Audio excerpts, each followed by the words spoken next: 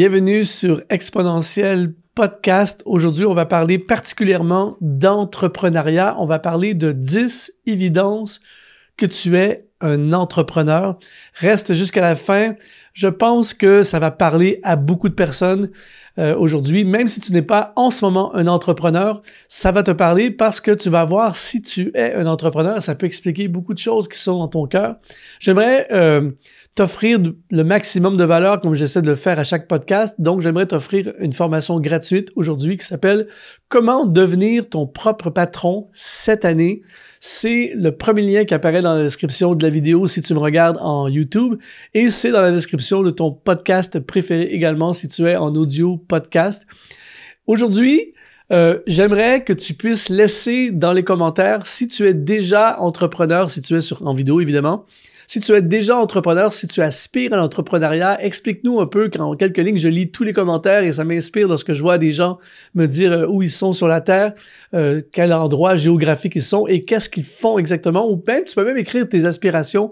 Je vais lire tes commentaires, je vais même liker tes commentaires pour ceux qui sont en YouTube. Alors aujourd'hui, on va regarder à 10 évidences. C'est-à-dire que je côtoie des entrepreneurs depuis des années un peu partout dans le monde, toutes sortes d'entrepreneurs dans le ministère, hors ministère, dans la société, dans les affaires, un peu partout. C'est beau en fait de voir des entrepreneurs et j'ai récolté une dizaine d'évidences. Il peut en avoir plus que ça, mais c'est 10 évidences. Et si, après avoir regardé ou écouté ce podcast, tu te situes à plein d'endroits dans ces évidences, si tu as les 10, et là c'est fort. Ça veut dire que tu es entrepreneur. Et ça, c'est fort parce que ça te permet d'orienter ta vie encore plus dans l'entrepreneuriat ou peut-être de sortir de ton contexte et de devenir un entrepreneur parce que c'est ce que tu es. Alors, la première évidence que tu es entrepreneur, c'est que tu as toujours un nouveau projet dans ton cœur. Ça, c'est une particularité des entrepreneurs. C'est très rare que tu vas parler avec un entrepreneur et qu'il n'y a pas un projet. En général, il y a plein de projets dans son cœur, il y a toujours un nouveau. Et même des fois, il est en train de faire un nouveau projet et pendant qu'il fait un nouveau projet, il a déjà plein d'autres projets. Il parle déjà de ses autres projets. D'ailleurs, ça peut devenir une problématique même parfois. On en reparlera. Mais l'apôtre Paul, pour moi, était un méga entrepreneur. Et on voit qu'il avait le projet d'aller en Asie, il avait le projet d'aller à Rome, il avait le projet d'implanter, il avait les projets de formation, il avait des projets de mission, il était constamment dans un nouveau projet. Et ça, c'est une particularité des entrepreneurs. Maintenant, il faut faire extrêmement attention parce que justement, trop de projets veut dire pas de projet. Trop de projets peut être très difficile à réussir. Donc, il faut faire attention dans la séquence de nos projets, dans le timing de nos projets. Mais ça, c'est le sujet d'une autre capsule, une autre fois. Donc, première caractéristique, évidence que tu es entrepreneur, tu as toujours un nouveau projet dans ton cœur. Deuxième évidence, c'est que tu vois des opportunités partout. Ça, c'est vraiment fascinant chez l'entrepreneur, c'est qu'il voit des opportunités. Il est en vacances, alors que tout le monde décroche. Lui, il voit, il dit hey, « on pourrait faire ça ici ». Il visite. Moi, je sais que quand je vais en voyage, je vois des opportunités. Moi, je me dis « on pourrait démarrer un truc ici, on pourrait démarrer ça ». Quand je parle avec des gens, même des fois, j'ai des projets pour leur propre vie. Je vois des opportunités dans leur vie. Des fois, les gens ne le voient même pas. J'ai un ami entrepreneur qui me racontait qu'aussitôt que le COVID a commencé, tout de suite, il a vu des gens porter des masques. Tout de suite, il s'est dit, parfait, on démarre la vente de masques en ligne. Il a fait beaucoup d'argent. Il était parmi les premiers à vendre des masques. Donc, c'est l'entrepreneur. Alors que d'autres voyaient la catastrophe, le pays est bloqué. Mais lui, il voyait des masques, tu vois.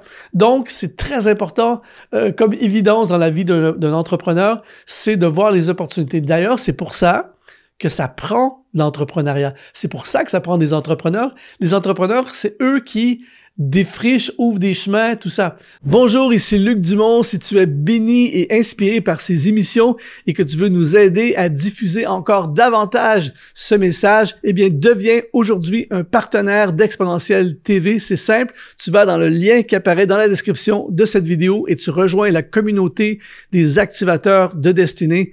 De retour à l'émission. Donc, deuxième évidence, tu vois des opportunités partout. Troisième évidence, tu raffoles démarrer quelque chose. Ça, c'est une des grandes caractéristiques de l'entrepreneur. c'est qu'alors que beaucoup de gens sont effrayés devant l'idée de démarrer quelque chose, l'entrepreneur, lui, vibre à l'idée de démarrer quelque chose. Il aime ce processus de « il n'y a rien » et on va démarrer quelque chose. Moi, j'ai un ami, par exemple, qui est ultra entrepreneur. Et des fois, je le regarde et je me dis, il se rend la vie difficile. Là, il est sur un projet et je me dis, il se rend vraiment la vie difficile. Mais pour lui, c'est pas la vie difficile. Pour lui, ça fait battre son cœur. Cette idée d'arriver dans une zone pas défrichée et qu'il n'y a rien. Puis là, il faut labourer, il faut défricher, il faut ouvrir un chemin, tu vois. Ça, c'est l'une des caractéristiques de l'entrepreneur. Il aime démarrer des choses. L'apôtre Paul, il n'y avait pas d'église. Il n'y avait pas d'église chez les païens. Les païens n'avaient jamais entendu parler de l'Évangile. Les païens, c'est les non-juifs. Et il s'est dit, on fonce, on y va, on implante des églises. Donc ça, c'est une des caractéristiques de l'entrepreneur. Quatrième évidence que tu es entrepreneur, c'est que tu n'as pas peur de l'inconnu. Le manager, le gestionnaire, lui, il aime travailler dans ce qui se voit, dans ce qui se quantifie. Il aime gérer ce qui existe. L'entrepreneur, lui, ne craint pas d'avancer vers l'invisible. Pourquoi? Parce qu'il l'a vu. C'est une des particularités de l'entrepreneur. Donc, il n'a pas peur de l'inconnu parce que pour lui, en fait, il y a un feu dans le cœur de l'entrepreneur. Je dois savoir ce qu'il y a dans l'inconnu. Je dois l'explorer. Je dois le découvrir. Je dois y aller. Il faut que j'y aille. Alors que le manager, le gestionnaire, lui, il panique, il a peur d'y aller. Et alors que l'entrepreneur, lui, va y aller, il va défricher et il va amener à l'existence l'inconnu. Et là, ça va donner du connu. Et là, les gestionnaires vont arriver et ils vont gérer ce qui existe. Donc, c'est une des particularités de l'entrepreneur. Je me souviens d'avoir vu un reportage sur Walt Disney, qui est un très grand entrepreneur, qui, lorsqu'ils ont fait le lancement du méga parc d'attractions à Orlando, en Floride, il était déjà décédé quand ça a eu lieu. Et un des organisateurs qui était là a dit à la femme de Walt Disney, M. Disney, il lui a dit « C'est dommage que Walt n'est pas là pour voir tout ça. » Elle lui a répondu « Il l'avait déjà vu. » Et ça, c'est une des particularités de l'entrepreneur. Déjà, si ça te parle dans YouTube, n'hésite pas à écrire dans les commentaires « Je suis un entrepreneur ». Cinquième évidence que tu es un entrepreneur, tu t'ennuies rapidement dans la routine. C'est pour ça qu'il y a plein d'entrepreneurs malheureux. Pourquoi? Parce que moi, je connais des entrepreneurs qui se sont enfermés dans un job, dans un emploi où c'est de la routine. C'est juste de faire un job il y a pas de développement. J'ai vu des entrepreneurs dans le ministère, même chose. Ils se prennent un poste dans un contexte où il n'y a pas j'appelle ça, c'est un terrain de jeu qui peut pas grandir. Il n'y a pas d'opportunité de développer des choses.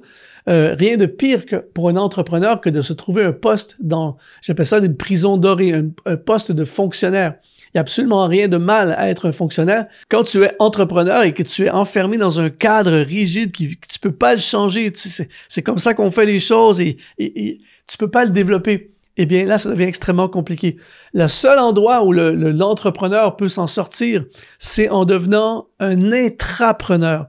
Et là, il est à l'intérieur d'une organisation, mais à l'intérieur d'une organisation, on lui laisse le champ libre pour développer des choses à l'intérieur de l'organisation. Mais une des évidences que tu es entrepreneur, c'est que tu t'ennuies rapidement dans la routine. Tu ne peux pas t'imaginer faire la même chose pour les prochaines années. Il doit y avoir des choses nouvelles, comme on l'a vu. Sixième évidence que tu es entrepreneur, c'est que tu aspires toujours à plus. L'entrepreneur peut paraître même à la limite parfois comme un éternel insatisfait. Bon, certains, c'est vraiment le cas, mais ce n'est pas le cas pour la majorité. C'est que tu peux apprécier énormément les choses que tu fais, mais il y a un feu en toi pour tout le temps aller de l'avant. Il y a un feu en toi qui peut pas juste s'asseoir sur les lauriers et relaxer, ou il y a quelque chose en toi qui aspire toujours à plus. Et c'est pour ça que ce monde a besoin d'entrepreneurs. C'est pour ça que l'œuvre de Dieu a besoin d'entrepreneurs. L'apôtre Paul, s'il n'avait pas été entrepreneur et qu'il n'avait pas aspiré à plus, il aurait fait une bonne église, il aurait pris soin des gens et on serait resté là. Mais non, il faut qu'on aille à Rome, il faut qu'on développe ça, il faut qu'on prenne le bateau, il faut qu'on explore, il faut qu'on y aille, il faut qu'on aille leur parler, il faut qu'on écrive, et toujours plus. Et encore une fois, avec chaque particularité, il y a toujours les dangers, le danger de ne pas apprécier ce que tu as, le danger de ne pas terminer. Ça arrive souvent chez les entrepreneurs, c'est que tu aspires à plus, donc aussitôt que ça devient un peu difficile dans ce que tu fais en ce moment, au lieu de remporter la victoire, tu vas te lancer vers quelque chose d'autre. Et ça, c'est une erreur. On change trop rapidement et ça, c'est une autre erreur. Mais c'est naturel et c'est une évidence chez l'entrepreneur d'aspirer toujours à plus. 7e évidence que tu es un entrepreneur, c'est que tu es visionnaire. C'est vraiment une des beautés de l'entrepreneur, c'est que il voit plus loin, tout simplement. Tu vas prendre un groupe de personnes ou assis autour d'une table d'un comité avec des gens qui sont pas entrepreneurs et les gens vont voir cette semaine ou la semaine prochaine. L'entrepreneur, lui, il voit l'an prochain. Il voit ce qui pourrait arriver. Il voit des possibilités. Il voit dans le futur, comme l'apôtre Paul. Il voit même l'invisible. Il y a un film que j'ai vu il y a quelques années de ça qui s'appelle The Founder.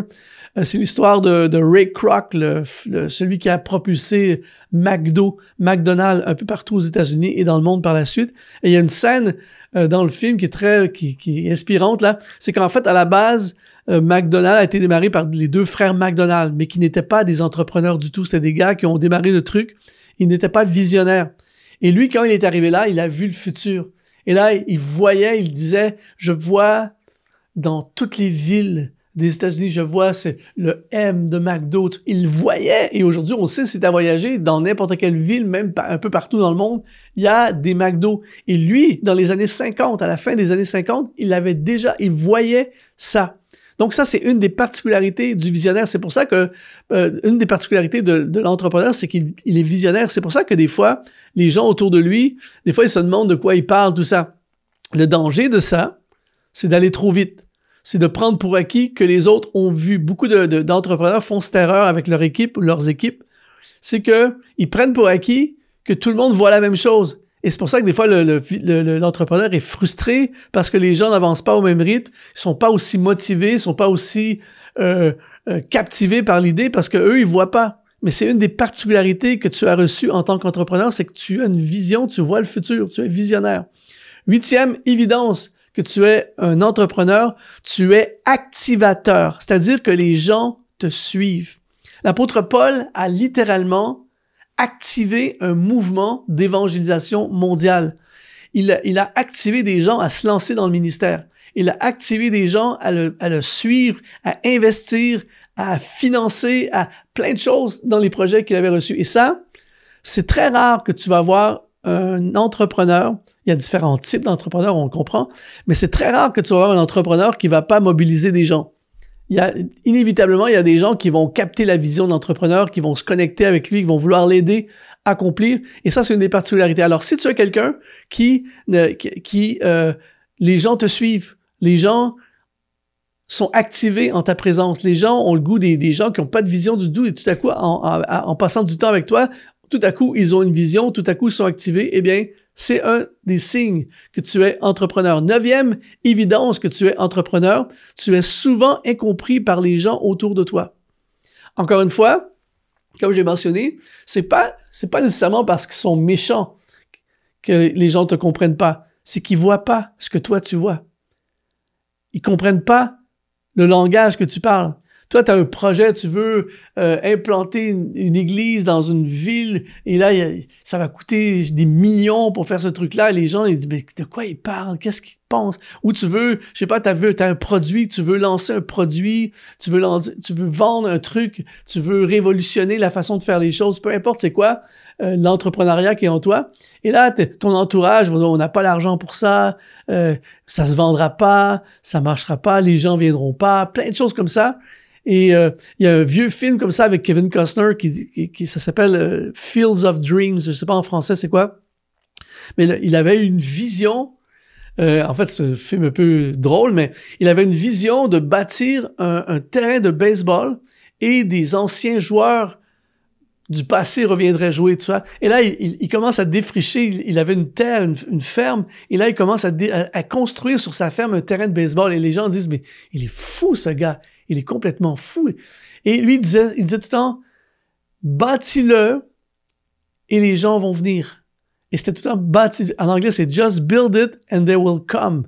Bâtis-le et les gens vont venir. Et les personnes comprenaient, ils traitaient de fou, tout ça. Je peux imaginer lorsque Noé a construit l'arche, un projet de 120 ans. Les gens devaient dire, mais c'est quoi son problème? Il est fou. Ray Kroc, le fondateur de McDo, les gens, il était incompris par son entourage, par plein de gens de son entourage. Donc, c'est pas rare que les entrepreneurs vont être critiqués. On pense à Elon Musk, Jeff Bezos, Steve Jobs, ces entrepreneurs, méga entrepreneurs dans le monde. Eh bien, ils sont souvent, en fait, ce sont parmi les gars les plus critiqués. Les gens les critiquent. Et des fois, ça peut être vrai, des critiques, tout ça. Mais l'idée, c'est, on est incompris souvent par notre entourage. Alors, si tu as cette expérience, souvent, tu as l'impression que les gens te comprennent pas. Les gens, même des fois, ils te jugent, tout ça. Eh bien, attention, c'est un des signes, une des évidences de l'entrepreneur. Et maintenant, le 10e signe, le 10e évidence que tu es entrepreneur, c'est les gens avec qui tu es le mieux sont des entrepreneurs. Si, dans ton entourage, les gens que tu connectes le plus, les gens avec qui tu as le plus envie d'être, ce sont des entrepreneurs, c'est un signe que tu es un entrepreneur.